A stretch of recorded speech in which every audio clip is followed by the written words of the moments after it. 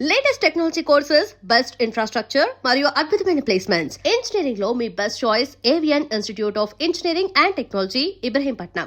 Satyendra is almost like a teacher. ఒక అంటే teacher అనే వర్డ్ నాకు ఇష్టం ఉండదు, but I would say that Satyendra నాకు కలవకపోతే నా లైఫ్లో ఏదో నాలో ఒక డిఫరెన్స్ ఉండేది. ఏం డిఫరెన్స్ అనేది కూడా నాకు తెలియదు. అంటే నేను అలాంటి కాబట్టి నేను అతన్ని కనెక్ట్ అయ్యానా, లేకపోతే అతను నా లైఫ్లో వచ్చిన మళ్ళీ ఇలా అయ్యానా అనేది ఇట్స్ ఎ వెరీ ఉన్నీస్ బీస్ కైండ్ ఆఫ్ ఏ థింగ్ అది. ఎందుకంటే ఇప్పుడు నాకు సత్యేంద్ర కాలేజీలో చెప్పింది ఒక్కొక్కసారి 30 ఏళ్ళ తర్వాత గుర్తొస్తుంది ఇప్పుడు మళ్ళీ అని ఇప్పుడు అర్థం అవుతుంది కదా. అది చెప్పింది అప్పుడు నాకు గుర్తుండిపోయింది, కానీ ఐ డోంట్ అండర్స్టాండ్. సడన్గా నాకు ఇప్పుడు వెలుగుతుంది బల్బ్. ఓకే, యూనో, అంటే is the most intelligent man ever met in my life. నేను మెట్ అంటే ఐఎమ్ ఇంక్లూడింగ్ నేను చదివిన పుస్తకాలు కానీ నేను విన్న వ్యక్తుల గురించి వాళ్ళందరికన్నా is a superior person, you know. So తను మాట్లాడే లాజిక్, తనకున్న రేషనల్ థింకింగ్, తనకున్న నాలెడ్జ్, ఇంక్లూడింగ్ సినిమా, అలాంటి మనిషి నేను ఎప్పుడు చూడలేదు. సో ఆటోమేటిక్గా నేను నేను అసలు ఎవరికి ఇంటిమిడేట్ అవ్వను. I always intimidate people. But Satyendra దగ్గర నాకు ఒక ఇది ఉండేది, అంటే ఒక ఆల్మోస్ట్ ఒక ప్రెషర్ ఫీల్ అయ్యాను. అంటే తను ఇంప్రెస్ చేయాలి, లేకపోతే నేను అంటే తను ఏమన్నా అనుకుంటాడా అంటే నన్ను ఎదవనుకుంటాడా ఇలా చెప్తే అని, అంటే కంటిన్యూస్గా తన ఎండార్స్మెంట్ కోసం ట్రై చేసేవాడిని. తనతో ఉన్న పరిచయం ఉన్నాను. అప్పుడు అంత ఇంటిమిడేషను నా లైఫ్లో ఎప్పుడు ఎవరితో ఫీల్ అవ్వలేను. ఇప్పటికీ టచ్లో ఉంటారా మీరు? Very rare. ఎక్కడండి ఇప్పుడు ఆయన ఉండేది? ఎక్కడ ఆయన? ఇప్పుడు విజయవాడలో ఈజ్ ఇంజనీరింగ్ కాలేజ్లో ప్రొఫెసర్. అది అంతా మీకు ఇంపాక్ట్ క్రియేట్ చేసిన రిలేషన్లో మధ్య మీకు గుర్తున్న ఇన్సిడెంట్స్ చెప్పండి. ఏదైనా మీకు ఆయనకు మధ్య జరిగింది అంత ఇంపాక్ట్ క్రియేట్ చేసి, అంటే రామ్ గోపాల్ వర్మ గారికి ఇంపాక్ట్ వచ్చిందంటే అది మామూలు విషయం కాదుగా, అదేంటి అని.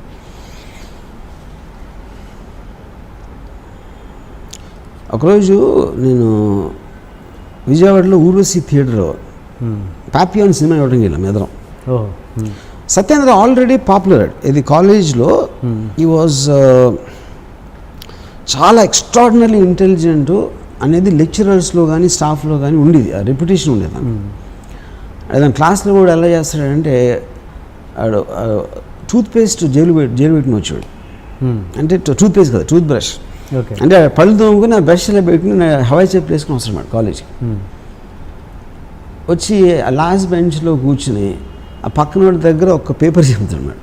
పేపర్ చింపి అదే నోట్బుక్ ఆడు పెన్ నోట్ తీసి ఆ లెక్చరర్ చెప్తా ఉంటే మధ్యలో ఒక క్వశ్చన్ వేస్తాడు ఆ సబ్జెక్ట్ గురించి వేసాడు. ఆ లెక్చరర్ టెన్షన్ వచ్చేసి అసలు వాళ్ళకి, యూనో. క్లాస్ మధ్యలో ఒకసారి లీగ్స్ వెళ్ళిపోతున్నాడు. ఏంటి ఎక్కడికి వెళ్తున్నావు అంటే నేను చెప్పేది అర్థమైపోయిందని వెళ్ళిపోయాడు.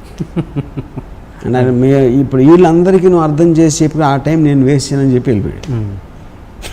ఇలాంటి ఇన్సిడెంట్లు చాలా జరిగింది సత్యేంద్రతో. ఒకరోజు ఊర్వశి థియేటర్లో పాపియాన్ అని సినిమా ఇవ్వడం వెళ్ళాం. అంటే ఈ ఇంటర్వెల్లో ప్రిన్సిపల్ గారు కలిసారు, కాలేజ్ ప్రిన్సిపల్. ఇంటర్వెల్లో కాలేజ్ ప్రిన్సిపల్ ఆయన కూడా వచ్చి సినిమా ఇవ్వడానికి, మా కాలేజ్ ప్రిన్సిపల్. అప్పుడు మా ఎగ్జామ్స్ జరుగుతున్నాయి. ఏంటి ఎగ్జామ్స్ పెట్టుకుని ఏంటి ఎక్కడ ఎలా వచ్చారో అని అడిగారు. అంటే అది సత్యేంద్ర తెలిసింది because of his reputation and all that. And Satyendra side కాలేజ్లో మీ కాలేజ్ చదువులు కన్నా దీంట్లో నేర్చుకోవాల్సింది ఎక్కువ నేను 7వ సారి వస్తున్నా. నాకేం అనిపించలేదే అంత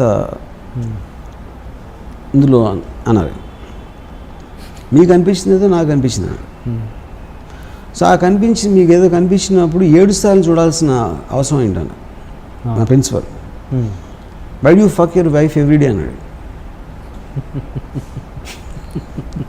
so the point is, and you will say it with such intensity, మీకు ఇంటిమిడేట్ అయిపోతుంది. You won't even take it as an offence, you know. అంటే ఈడు సత్యేంద్ర టైంలో నాకు తెలిసి ఒక 20 years ఉంటాడు ఏజ్, మేబీ 19. అండ్ మా ప్రిన్సిపల్ గారికి ఒక 50 ఏళ్ళు ఉంటాయి. ఇంకొక స్టూడెంట్ నేను తెలియదానికి మా ప్రిన్సిపల్ గారికి నేనేదో సత్యేంద్ర ఫ్రెండ్ పక్కన I'm just anger on, why do fuck your wife every day అని అడిగి చూస్తున్నాను మహా. ఆయన అలా వెళ్ళిపోయారు తిరిగి. సీరియస్ తర్వాత 5-6 years అయిన తర్వాత ఆయన రిటైర్ అయిపోయి 10 years తర్వాత నేను మరువలేని ఒక విద్యార్థి అని సత్యేంద్ర మీద ఒక వ్యాసం రాశారు ఒక బుక్ కోసం. అంత ట్రెమెండస్ ఇంపాక్ట్ క్రియేట్ చేశాడు తను. సో అలాగే నాకు ఎంత ఇన్ఫ్లుయెన్స్ ఉందంటే సత్యేంద్ర నుంచి నేను ఒక్కొక్కసారి నేను ఫ్రెండ్స్తోనో లేకపోతే ఎవరితో కూర్చుని మేబీ ఒక 9:30కి స్టార్ట్ చేసి 3:30 వరకు మాట్లాడింది సత్యేంద్ర గురించి. తనకి నాకు ఉన్న అనుభవాలు కానీ తనకున్న అంటే ఇప్పుడు ఏంటి తన ఏజ్ ఆఫ్ అంటే నాకు 2 years జూనియర్ అతను. నేను ఇంజనీరింగ్ కాలేజ్ 3rd yearలో ఉన్నప్పుడు తను ఫస్ట్ ఇయర్ జాయిన్ అయ్యాడు. అంటే నాకు తెలిసి మ్యాక్సిమం 17-18 ఉంటుంది ఏజ్ అప్పుడు సత్యేంద్ర. 17-18 ఏజ్లో already Friedrich Nietzsche, Ayn Rand, Arthur Schopenhauer, Descartes మొత్తం బుక్స్ అని చదివేశాడు. ఇంగ్లీష్ నాలెడ్జ్ తనకి ఆ టైంలో ఉన్నది ఇన్ని సంవత్సరాల తర్వాత నేను ఇంతవరకు ఎవరిని చూడలేదు. చాలామంది నా ఇంగ్లీష్ గొప్పగా అనుకుంటారు. నేను సత్యేంద్ర ఉండి ఇంగ్లీష్ మాట్లాడలేను, నాకు భయం వేస్తుంది అర్థం మాట్లాడటం. ఎందుకంటే నాకు తెలుసు కాబట్టి నా నాలెడ్జ్ కొన్న లిమిటేషన్. సో వైజాగ్ నుంచి వచ్చినోడు 1983లో అసలు అంత నాలెడ్జ్ ఎలాగ పాసిబుల్ అనేది నాకు బిగ్గెస్ట్ మిస్టరీ అది అంతవరకు.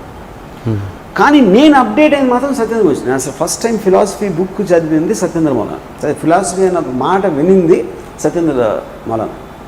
ఓకే, ఈ క్రాస్ క్వశ్చనింగ్ లేకపోతే అనలిటికల్ వే ఆఫ్ థింకింగ్ అనేది ఫస్ట్ నాకు అర్థమైంది సత్యేంద్ర మౌలానా.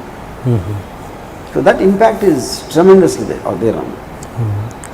అంత ఇంపాక్ట్ ఇచ్చిన మనిషికి మళ్ళీ మీరు ఎందుకు టచ్లో ఉండరు?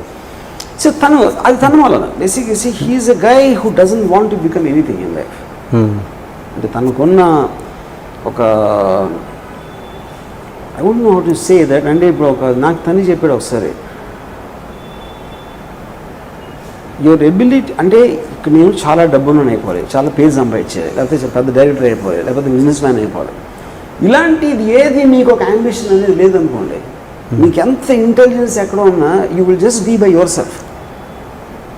That is what Satyendra is. తనకి అంబిషన్ లేదు. అంటే మనం ఏంటంటే అంబిషన్ తోటే మనం సక్సెస్ మెజర్ చేస్తాం. మీరు ఏం అవ్వాలనుకుంటున్నారు, మీ క్లారిటీ ఉన్నప్పుడు మీరు ఎంత ఎదిగారనే దాని మీద మీ మెజర్మెంట్ ఉంటుంది. ఏం అవ్వాలనుకుంటున్నారు అని మీకు ఇంటెన్షన్ లేనప్పుడు he probably is very happy just reading a book or writing a book. You know. Okay, మీరు ఇంత మీ గురించి తన గురించి మీరు ఇంత గొప్పగా అనుకుంటున్నారన్న విషయం తనకి రీచ్ అయిందండి? తను పట్టించుకోండి. తను I don't no, I'm sure he knows. ఎందుకంటే నేను తన గురించి ఒక నా ఇష్టం బుక్లో ఒక ఆర్టికల్ రాయటం జరిగింది.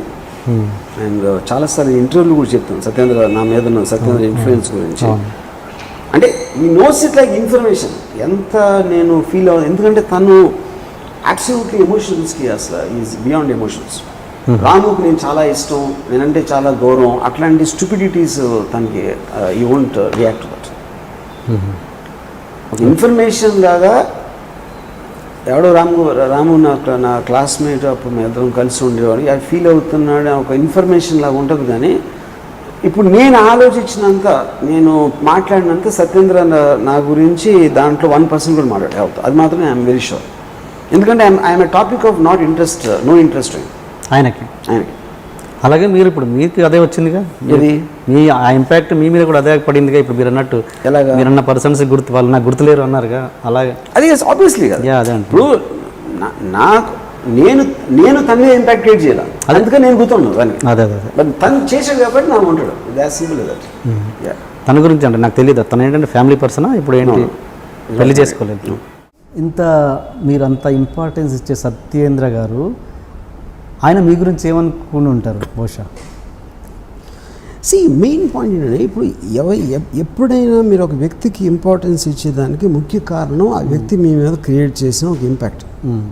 దాని మూలాన మీరు గుర్తుండిపోతారు, ఒక మనిషి గుర్తుండిపోతారు మీకు. సత్యేంద్ర నా మీద చేశాడు కానీ నేను సత్యేంద్ర మీద చేయలే.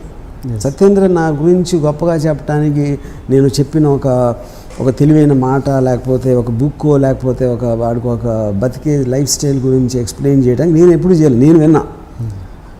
అది ఎలా ఉంటుందంటే ఇప్పుడు అందుకని సత్యేంద్రకి నేను ఇప్పుడేంటి రామ్ గోపాల్ వర్మ అనే మనిషి సత్యేంద్ర కన్నా పబ్లిక్ పర్సెప్షన్లో ఎక్కువ పాపులర్ కాబట్టి సత్యేంద్ర ఎందుకు పట్టించుకోవడం మీకు అనిపిస్తుంది. కానీ సత్యేంద్ర నా పాపులారిటీని పట్టించుకోడు, ఎవరి పాపులారిటీని పట్టించుకోడతాను. సో అప్పుడు ఇందాక ఒక సందర్భంలో నేను చెప్పాను కదా, వినోద్ బాలా నాకు గుర్తులేదు అని చెప్పాను కదా. వినోద్ బాలాకి నాకు ఎంత దూరం ఉంటుందో నాకు సత్యేంద్రకి అంతే ఉంటుంది. Okay okay okay. నేను ఒక డైరెక్టర్గా ఒక పర్టికులర్ ఒక ట్రెండ్ సెట్టింగ్ ఫిలిం అది అయ్యింది. శివ ఫ్లాప్ అయి ఉండొచ్చు కదా, శివ ఫ్లాప్ అయ్యి ఉంటే వినోద్ బాలాకి ఎంత గుర్తుండి ఉంటుంది అనేది అది క్వశ్చనబుల్ థింగ్. అది ఏదో ఒక ఎక్స్పీరియన్స్ లాగా అయిపోయేది. అంత ట్రెండ్ సెట్టింగ్ ఇంపాక్ట్ఫుల్ ఫిల్మ్ అయిపోయింది కాబట్టి దానికి సంబంధించిన మెమరీస్ అనేది వినోద్ బాలాలో ఉన్నాయి. కానీ నాకు నా 25 జర్నీలో సినిమాలు బ్యాడ్ గుడ్ అన్నీ రకరకాల వ్యక్తులు కలవటం, బాంబే వచ్చి ఉండిపోవడం, ఇంతమందిని ఇక్కడ నేను బాల్ ఠాక్రే దగ్గర నుంచి, సుబ్రత రాయ్ దగ్గర నుంచి, అమితాబ్ ఇలాంటి వాళ్ళు అందరితో నేను కూర్చున్న తర్వాత ఎప్పుడో ఎక్కడో జరిగిన ఒక ఎక్స్పీరియన్స్లో కలిసిన మనిషిని నాకు గుర్తుంది. ఎందుకంటే నాకు వేరే ఇంపాక్ట్ఫుల్ విషయాలు చాలా ఉన్నాయి తర్వాత. సిమిలర్లీ సత్యేంద్ర కాన్సెప్ట్లో సత్యేంద్రకి నేను Vinod Bala, that's what I think it is. అది ఇదంతా మీకు రిలేటివ్ డిఫరెన్సెస్ ఉంటాయి, రిలేటివ్ డిగ్రీస్ ప్రతి మనిషికి. అంటే దాని ఎత్తు తగ్గు అని అంటలే నేను.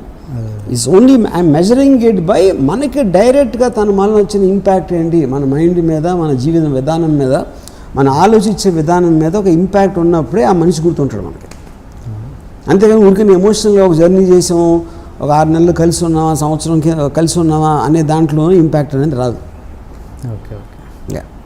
ఇప్పుడు ఇందాక చెప్పిన సత్యేంద్ర గురించి నేను మీకు 2 రోజులు చెప్పగలుగుతాను. సత్యేంద్ర నా గురించి 10 నిమిషాలు కూడా చెప్పాడు. అదే ఐఎమ్ వెరీ షూర్. ఎప్పుడైనా కలిసే ప్రయత్నం కూడా మీరు చేయరా? నేను లాస్ట్ సత్యేంద్రని కలిసింది ఒక 10 ఏళ్ళ క్రితం. వైజాగ్ ఏదో పని ఉండి వెళ్ళాను, ఏదో అక్కడ.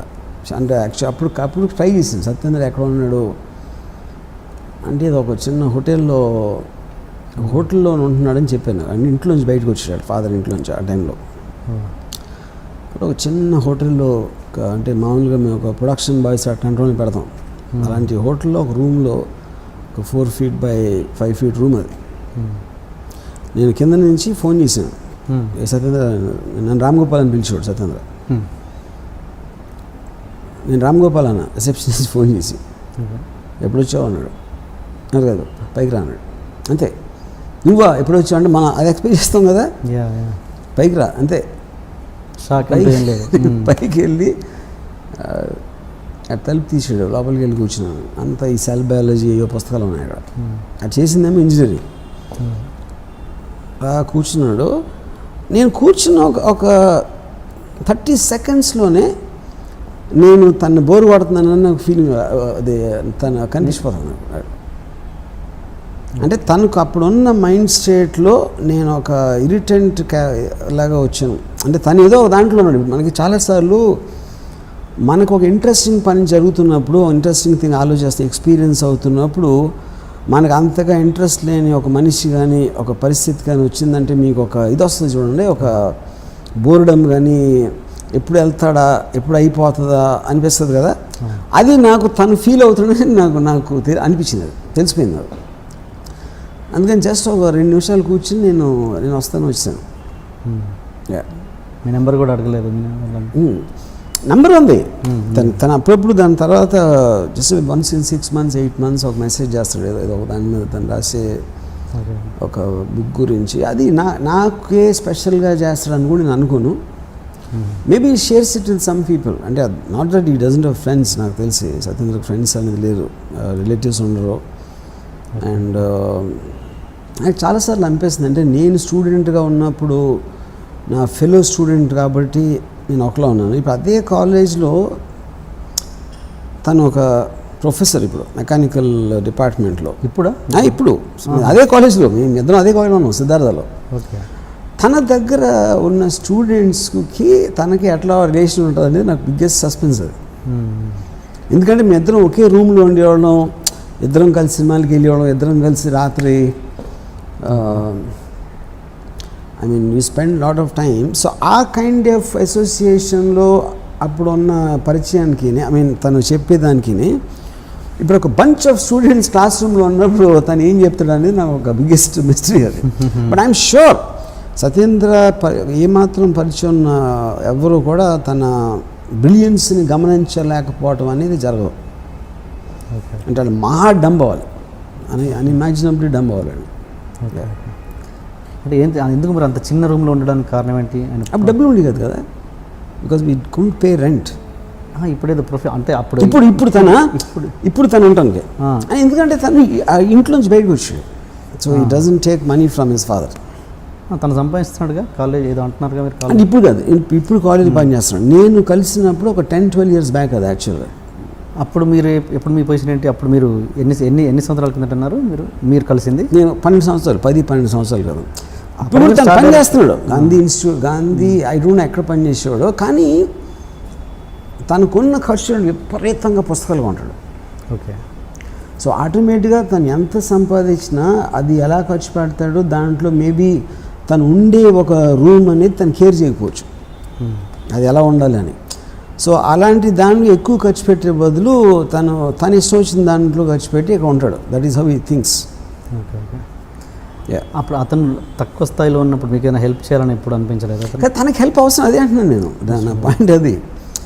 ఇప్పుడు తనకి ఇప్పుడు సపోజ్ ఒక జీతం 50,000 అనుకోండి, తనకి 10 లక్షలు వచ్చినా అదే రూమ్లో ఉంటాడు. ఇట్ ఈస్ నాట్ అబౌట్ తన ఎఫర్ట్ చేయలేదు, తనకి అంతకన్నా అవసరం లేదని తన ఫీలింగ్. అప్పుడు కూడా ఏంటి ఇలాగా వాళ్ళ ఫాదర్ డబ్బులు పంచినప్పుడు ఆ డబ్బులు ఇలా చేతితో గుంపులో తీసి నాకు ఇచ్చాడు. అంటే అది తీసి లెక్క పెట్టి ఎవరికో ఇవ్వాలి అనేది చిరాకు మాట సత్యేంద్రకి. అంటే he hates money, just the touching of the ఇది. అంటే మీ సిద్ధాంతం ప్రకారము అంత నాలెడ్జ్ ఉండి మీకంటే పీక్ ఇది ఉండి అతను ఆ స్టేజ్ అనుభవించాడు కదా, మరి అది ఎంతవరకు, దాన్ని ఎలా మీరు అనలైజ్ చేస్తారు? దాన్ని ఎలా మీరు నాకు భయం వేస్తుంది యాక్చువల్గా. ఎందుకంటే మీకంటే ఇంటెలిజెంట్ మీరే అంటున్నారు. అదే నాకు భయం వేస్తుంది. ఎందుకంటే నీషే ఏమన్నాడంటే this tree stands lonely here on the hills, it has grown up high above man and beast and if it wanted to speak there is no one tall enough to listen. మీ intelligence మీరు ఎంత పెరిగిపోతే మీరు interact అవ్వడానికి chance ఉండదు. ఇంకా మీరు చాలా తెలివైన వాళ్ళు, కానీ మీ కంపెనీలో గొర్రెలు ఉన్నాయనుకోండి, ఏం చేస్తారు? గొర్రెలకి మీరు చెప్తే ఏంటో అది ఇనే అర్థం చేసుకునే మైండ్ వాటికి లేదు. సో సత్యేంద్ర మైండ్కి ఉన్న దానికి అంత ఎత్తుకు ఎదిగితే అసలు ఇంటరాక్షన్ అనేది పోతుంది. ఎందుకంటే నేను సత్యేంద్ర ఇంటెలిజెన్స్ నాకు లేదా, తనలాగా నేను ఆలోచించలేను కాబట్టి తను ఏం అనిపిస్తున్నాడో ఏం ఆస్వాదిస్తున్నాడో నాకు అర్థం కూడా అవుతుంది. గొర్రెకి నా గురించి అర్థం అన్నట్టే నాకు సత్యేంద్ర గురించి అర్థం అవుతుంది. సో బేసిక్లీ ఆ దాంట్లో ఆల్మోస్ట్ నాకు భయం వేసేస్తుంది. అంటే నేను సత్యేంద్ర లెవెల్ నేను ఎదిగిపోతే కాబట్టి ఇది ఇవాళ నేను ఎంజాయ్ చేస్తాను. I enjoy watching, I mean films అవ్వచ్చు, మ్యూజిక్ అవ్వచ్చు, గర్ల్స్ అవ్వచ్చు, లేకపోతే ఇలాంటి ఆఫీస్ అవ్వచ్చు. They so many things enjoy in my life. మీరు ఆ మెజర్మెంట్లు చూస్తే సత్యేంద్ర ఏం ఎంజాయ్ చేయడు, కానీ తను చేయాలనుకుంటాడా, తనకు అది ఇష్టమా, తనకు వస్తుందా సేమ్ ఎంజాయ్మెంట్ అనేది it is A I mean hypothetical question. ఎందుకంటే అది తన ఫీల్ నుంచి రావాలి. మనకి వాడికి ఆ ఫీలింగ్ ఉందని సపోజ్ చేసుకోవడం అనేది సత్యేంద్ర విషయంలో తప్పవుతుంది. ఆ స్టేటస్ నేను ఎంజాయ్ చేస్తున్నాడు అంతే సింపుల్గా. ఎంజాయ్ తెలియదు నాకు కానీ నేను దాని మీద ఎందుకు కామెంట్ చేయనంటే సత్యేంద్ర మీద కామెంట్ చేసేంత అర్హత నాకు లేదు. ఎందుకంటే మీరు ఒకరి మీద కామెంట్ చేసినప్పుడు అతని అర్థం చేసుకోవాలా, అతను అర్థం చేసుకునే కెపాసిటీ మీకు ఉండాలి. ఆ కెపాసిటీ లేనప్పుడు కూర్చుని అలా చేయాలి ఇలా చేయకూడదు అని అనుకుంటాం అనేది నా మూర్ఖత్వం అవుతుంది. నేను మూర్ఖుడినే సత్యేంద్రతో కంపేర్ చేస్తే, కానీ మరీ అంత మూర్ఖుడు కాదు. సత్యేంద్ర గురించి కామెంట్ చేసే అంత ఇది ఉంటాం. అంటే అంత సత్యేంద్ర గారి తర్వాత అంత రేంజ్లో మీరు ఇంత ట్రావెల్ చేశారు కదా, నేషనల్ లెవెల్లో మీకు పేరుంది. అంటే ఈ ఒక్క వ్యక్తి కూడా మీరు తగలేదు. Nobody not to touch him. Okay. దాని తర్వాత ఆనెస్ట్గా చెప్పాలంటే సత్యేందర్ తర్వాత అంటే చాలా చాలా మెట్లు కింద తర్వాత I believe I'm very intelligent. Okay. నాకన్నా సత్యేంద్ర ఒక్క నిమిషం మర్చిపోతే నేను చదివిన బుక్స్ నాకున్న నాలెడ్జ్ ఉన్న మనిషి కూడా నేను చూడలేదు.